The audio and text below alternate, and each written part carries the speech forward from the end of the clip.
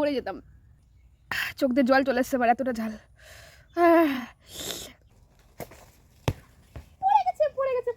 পেয়ে গেছি।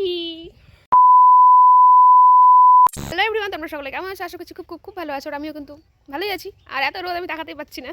তো ব্যাপারটা হচ্ছে যে আমাকে কাল পরশু তরশু মানে 3-4 দিন ধরে আমাকে আমার বাবা মা বলে যাচ্ছে কি যে মানে গাছে একটা হচ্ছে বাতাবি লেবু ধরেছে। তো আমাকে বলে যাচ্ছে কি যে ওটাকে পেরে তো মাখা করলেও পারিস ভালো করে। এবার আমি মানে টাইম পাচ্ছি না, কি এনার্জি লাগছে না, কি আলিশত লাগছে, কি ল্যাট লাগছে, তো সেই জন্য না করতে পারছি না। তো আমি ভাবছি যে আজকে যখন একটু ফ্রি আছি, মানে মোটামুটি এখন 11:30 কি 12:15 মতো বাজে, তোমার রান্না বান্না সব কমপ্লিট হয়ে গেছে। তাই ভাবলাম যে এখন তাহলে ওই গাছ থেকে বাতাবি লেবুটা পেরে ভাবছি মাখা করবো। তো গাছ থেকে পারতে পারবো কিনা জানি না, দাঁড়াও তোমাদেরকে আগে গাছটা দেখাচ্ছি। গাছটা খুব ছোটো, কিন্তু আমার কাছে কিছুই নেই মানে যে আমি পারবো। তো দেখা যাক আমি কেমন করে পারবো যে বাতাবি লেবুটা, ওটাই আমি এখনও ভেবে পাচ্ছি না।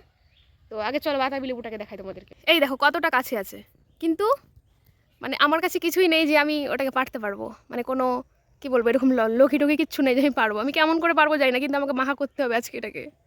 কারণ আমারও খেতে ইচ্ছা করছে, আর বাড়িতে বললাম না বারবার করে আমাকে বলেই যাচ্ছে যে এটাকে একটু মাখা করলেও তো পারিস, খেতে ইচ্ছে করছে। আর এই বাতাবি লেবু বলতে একটা জিনিস মনে পড়লো, তো সামনে বছরও না মোটামুটি একটা মতোই ধরেছিল বোধহয়। মানে অনেক ফুল এসেছিলো গাছে, কিন্তু একটাই ধরেছিল। তো এর আগের বছর না মানে ওটা পেকে গিয়ে পড়ে গিয়েছিল, মানে মানে খাওয়ার মতো হয়ে গিয়েছিলো। তো কেউ না ওটা হয়তো রাস্তা দিয়ে আসতে যেতে ওটাকে কুড়িয়ে নিয়ে বাড়ি চলে গেছে। তো আগের বছর খেতেই পাইনি, কিন্তু এবার দেখছি মানে অনেক ফুল এসেছিলো, কিন্তু এবার দেখছি 3টা মতো হয়েছে। তো ওটাই ভাবছি যে একটা তাহলে মাখা করে খাওয়া যাক, কিন্তু পারবো কি করে, এটাই হচ্ছে আমার সব থেকে বেশি চিন্তা। এই যে এরকম ধরনের একটা কাঠ নিয়েছি আমি, এই যে আমি, দেখা যাক আমি এটা থেকে পারবো। ফোনের মধ্যে পড়িস না। পড়ে গেছে পড়ে গেছে পড়ে গেছে।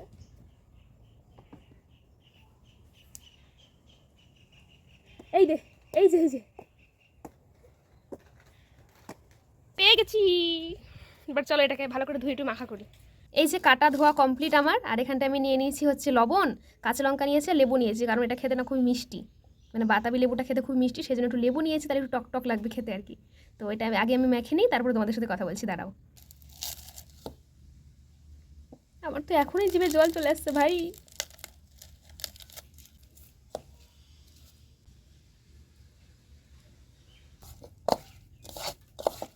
এই যে আমি উপর দিয়ে একটু ভাজা জিরার গুঁড়ো দিয়েছি, মানে এটাতে না আরও টেস্টটা বাড়িয়ে দেবে।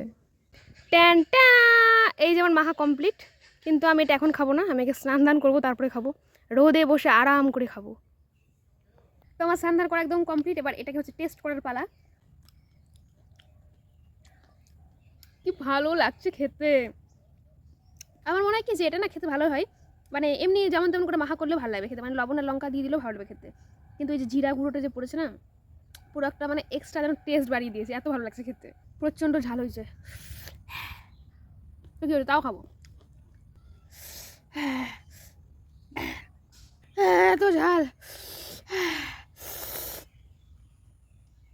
চোখ দিয়ে জল চলে আসছে আমার, এতটা ঝাল।